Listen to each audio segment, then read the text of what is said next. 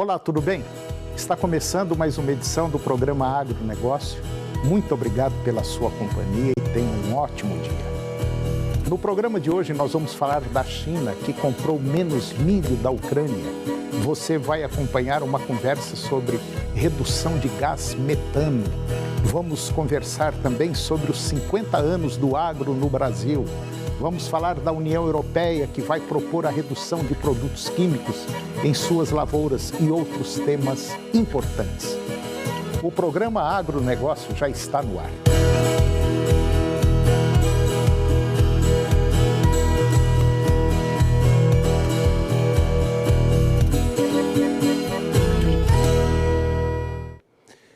Eu começo o programa de hoje falando sobre o Brasil, que nesses últimos 50 anos é apontado como um dos mais promissores países do mundo em termos de sustentabilidade e produção de alimentos.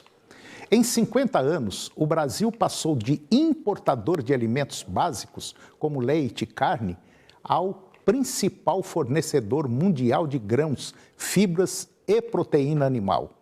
Até 2025, mais um salto evolutivo está no cenário agropecuário nacional. Expandir os sistemas integrados de produção em 10 milhões de hectares, com tecnologias capazes de mitigar 60 milhões de toneladas de gás carbônico, o CO2. A meta, ousada, porém perfeitamente plausível. Pelo menos foi o que disse o diretor executivo de Pesquisa e Desenvolvimento da Embrapa, Empresa Brasileira de Pesquisa Agropecuária, o Guy Capdeville. Em 2021, a Embrapa contabilizou, agora o ano passado, um retorno de R$ 23,38 para cada R$ 1 investido em sua operação. O pesquisador Capdeville, ele antecipou algumas das próximas entregas na pauta da Embrapa.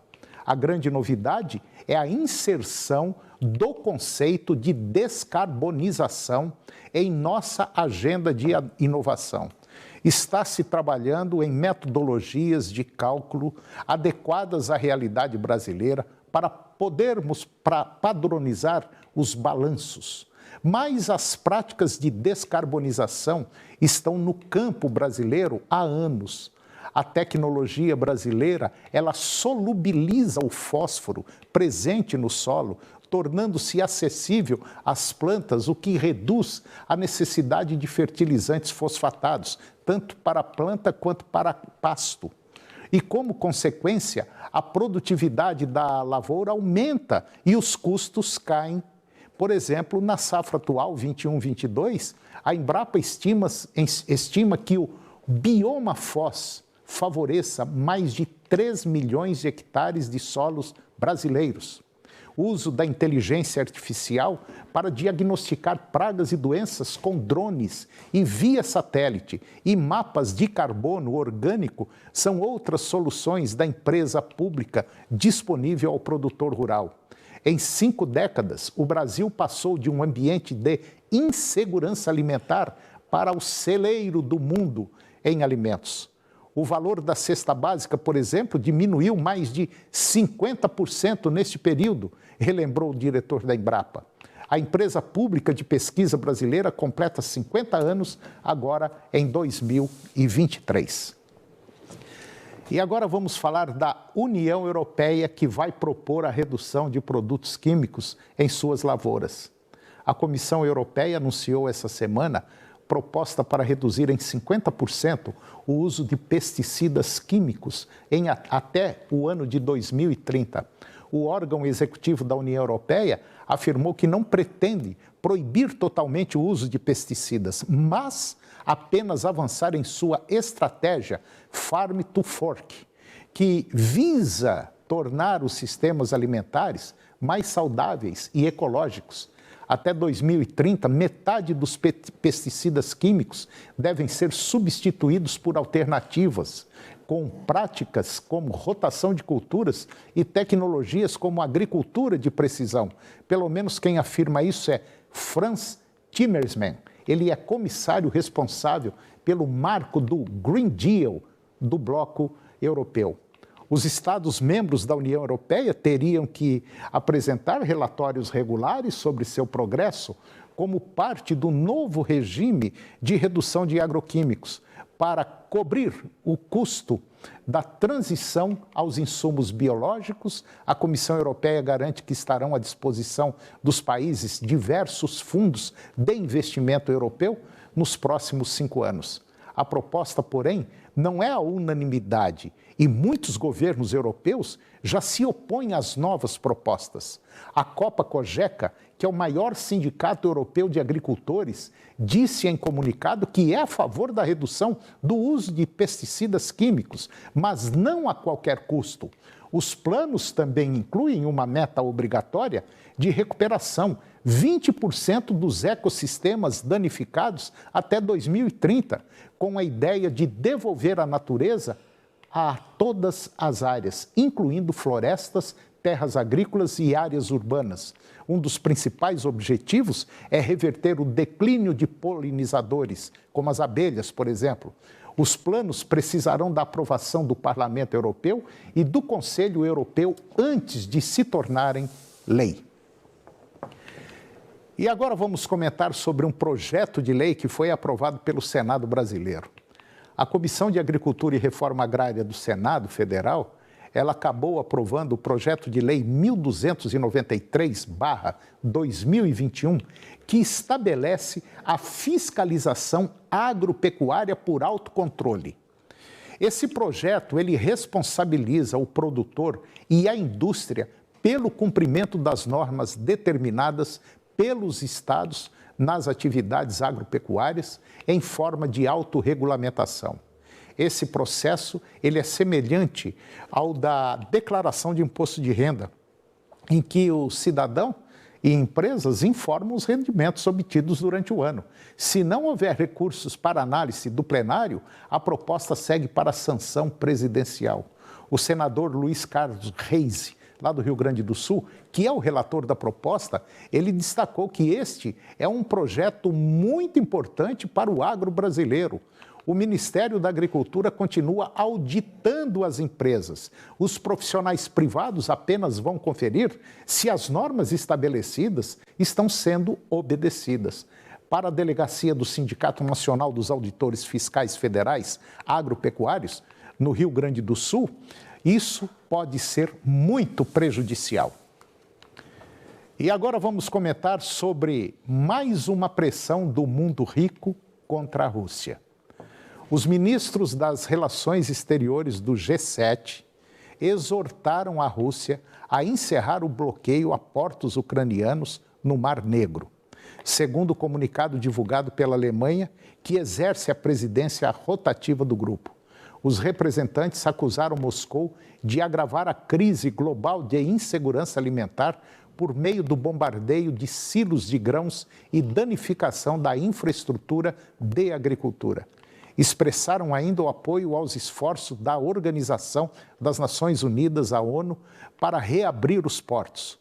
Os ministros também reiteraram inabalável apoio à Ucrânia, inclusive por assistência militar e de defesa, pelo tempo que for necessário. O grupo se comprometeu com auxílio humanitário, ajuda na reconstrução e estabilização do país e também a fortalecer a resiliência das nações vizinhas, em particular a Moldávia. E agora vamos falar um pouquinho sobre desafios e soluções para o setor produtivo de grãos.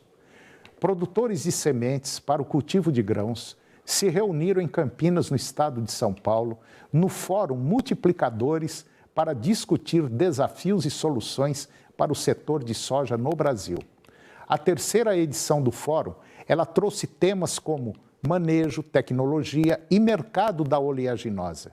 Acima de tudo, a proposta do evento é ouvir os multiplicadores de sementes. Todavia, o Brasil espera agora unir a cadeia produtiva para encontrar soluções para o setor. E um dos principais desafios do setor de multiplicadores de genética para a próxima safra é atender a demanda de cultivares que cresce a cada ciclo. Ao mesmo tempo, também manter a qualidade do produto com germinação e vigor. Do mesmo modo, o setor sementeiro também discutiu a oferta e a demanda no mercado mundial de grãos. E, de acordo com o economista Ricardo Amorim, a China deve aumentar o volume de compra nos próximos meses na agropecuária brasileira. O cenário é muito positivo com a retomada da economia. Durante o fórum foi apresentado o resultado de uma tecnologia da Corteva, que engloba semente, biotecnologia, herbicidas e genética. O sistema foi desenvolvido para plantas resistentes e de difícil controle. Para a temporada 2023-2024, um novo produto será disponibilizado pela empresa no mercado para combater os principais nematóides que atacam a lavoura.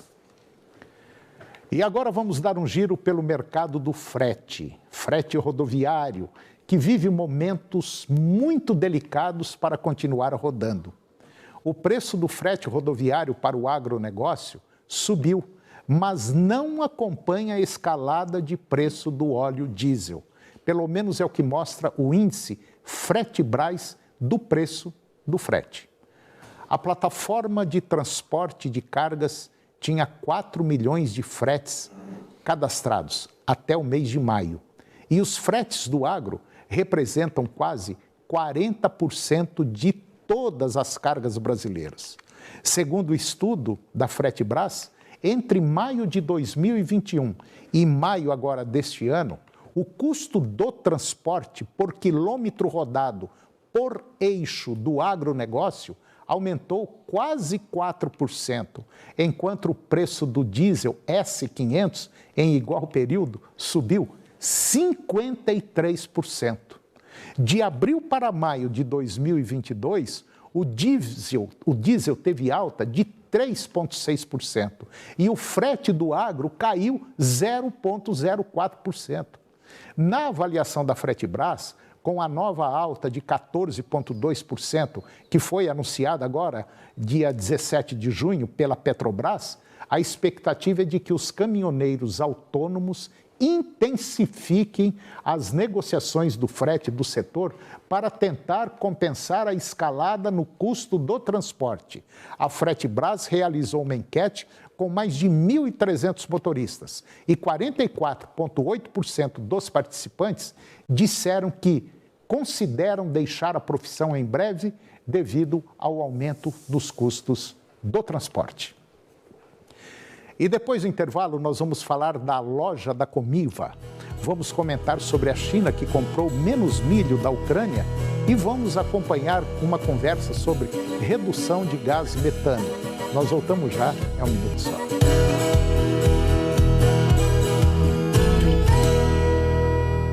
Ganhar um cestão de alimentos é bom. Receber em casa é melhor ainda. Promoção Cestão Delivery da 99,5 FM. Fique ligado na sua rádio e saiba como concorrer a dezenas de cestas com tudo que você gosta. Todo dia tem sorteio. Promoção Cestão Delivery é só na Rádio das Grandes Promoções. 99,5 FM. Primeiro lugar em audiência. A gente ouve porque gosta. Oferecimento. Aqui tem qualidade e economia. Eletrosom. Preço é o mínimo que a gente faz. Baixe já o app Bretas. Tá no Bretas, tá em casa. TV Serra Dourada. A TV do seu tempo, o tempo todo com você.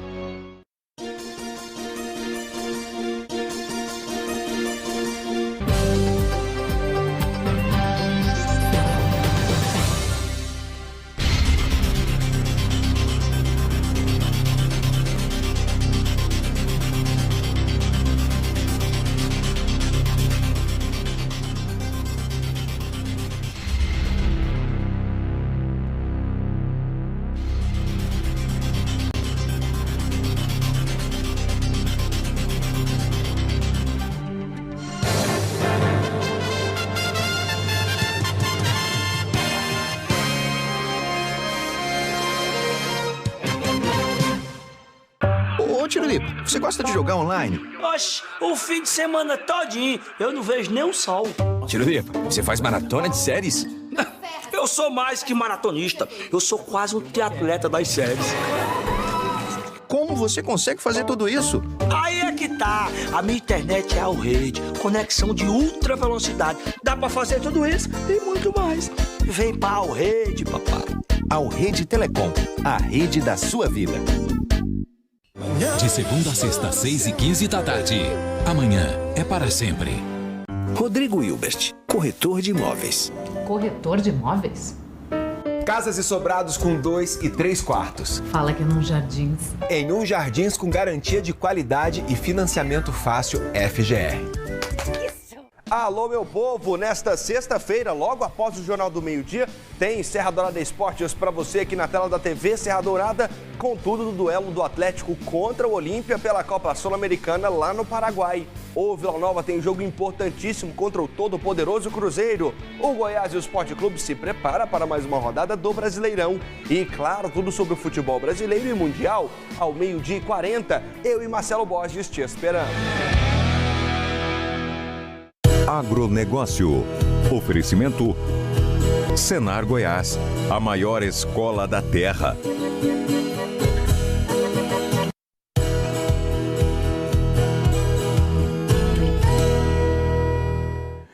Eu estou de volta ao programa e agora nós vamos comentar sobre a Comiva, Cooperativa Mista Agropecuária do Vale do Araguaia.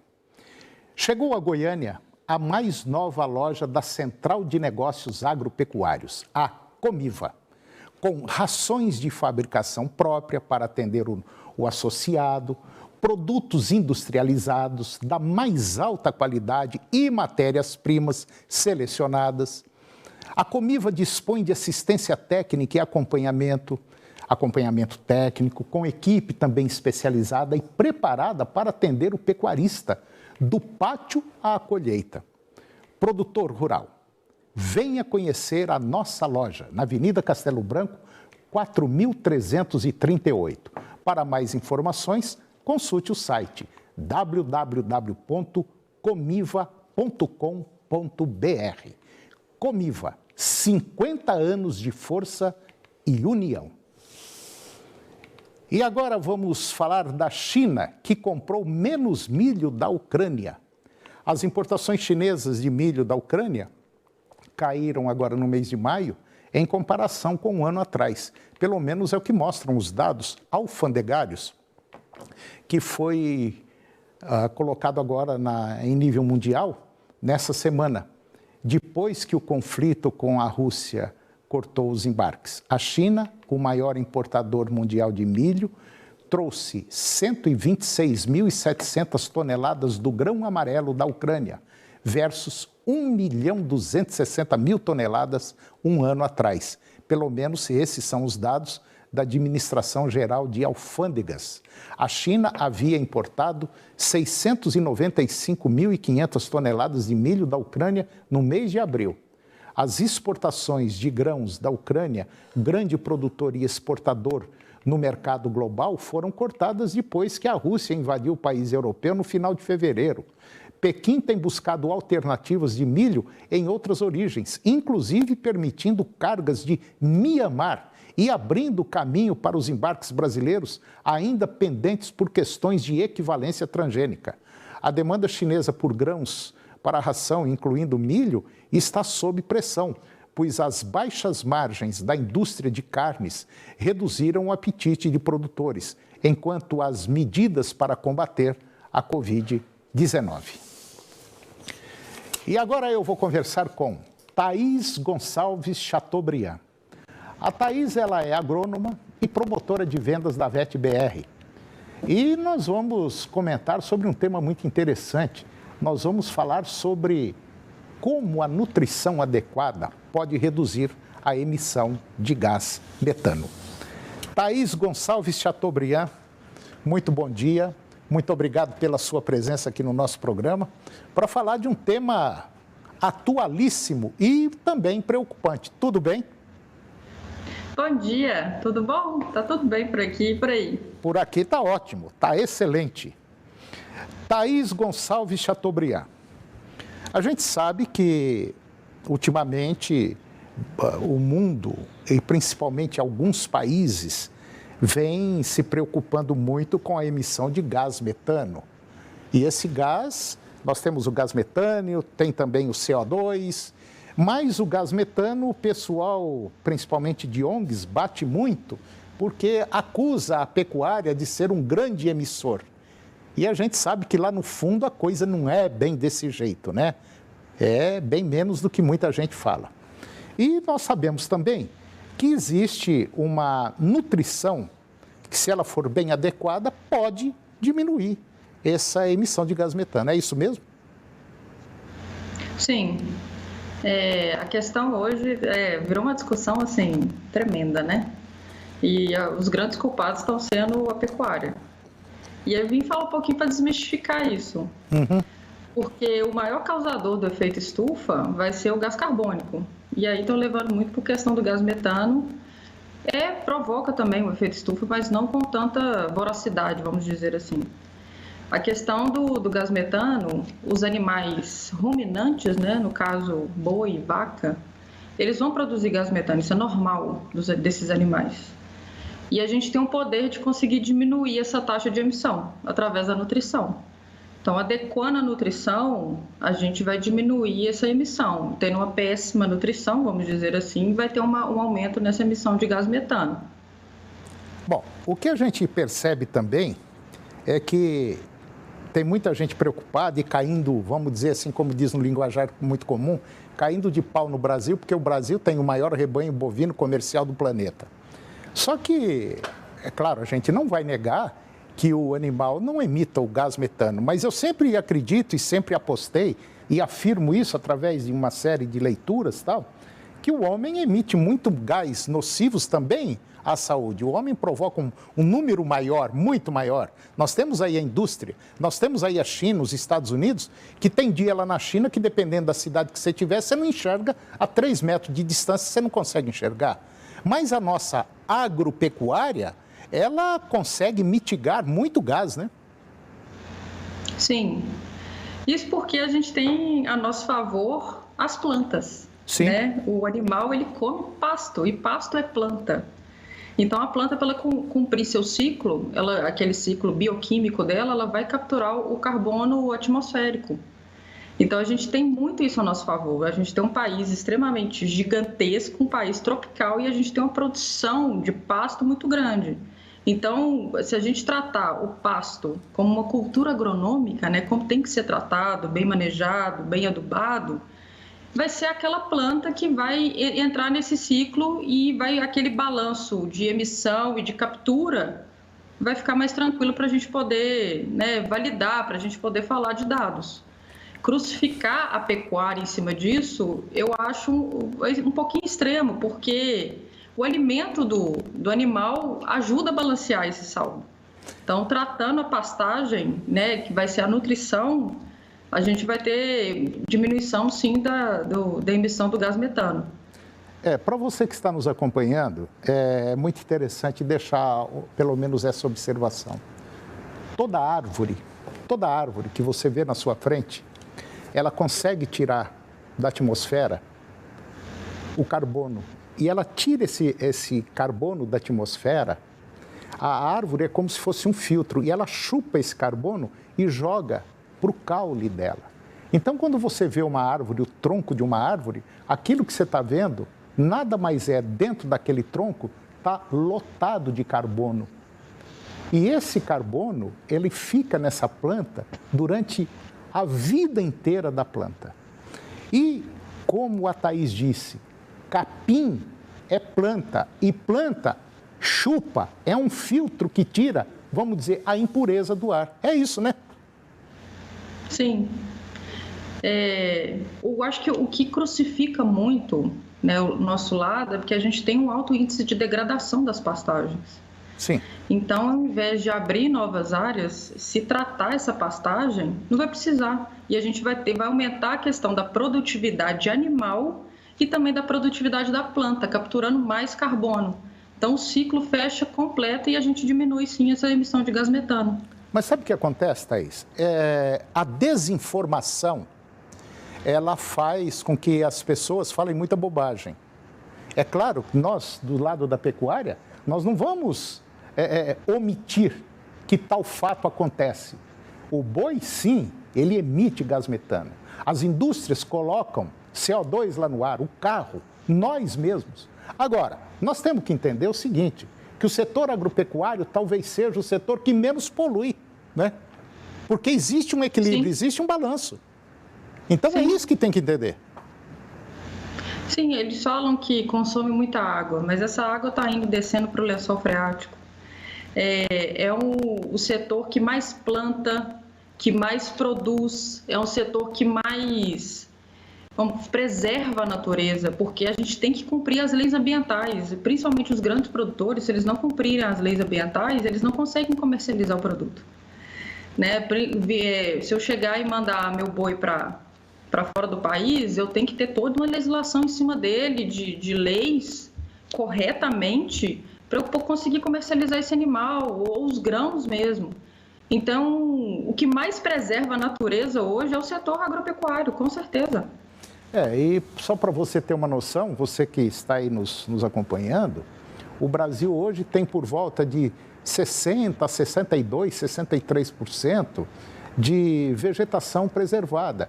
Então, o negócio é o seguinte, a gente precisa entender mais, ler mais, procurar saber mais, que hoje o Brasil talvez seja um dos países que menos polua no mundo.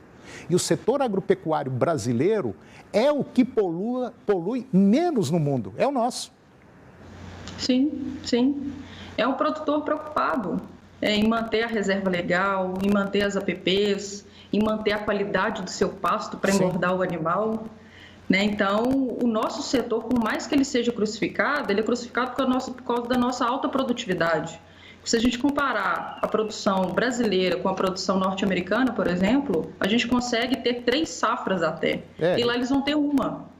E aqui... Então, nessa questão, a gente está no saldo positivo, com certeza. É verdade. E aquilo que você falou, se nós tivermos um setor produtivo agropecuário, que principalmente quando a gente está voltado agora para a agricultura pelo projeto ABC, né?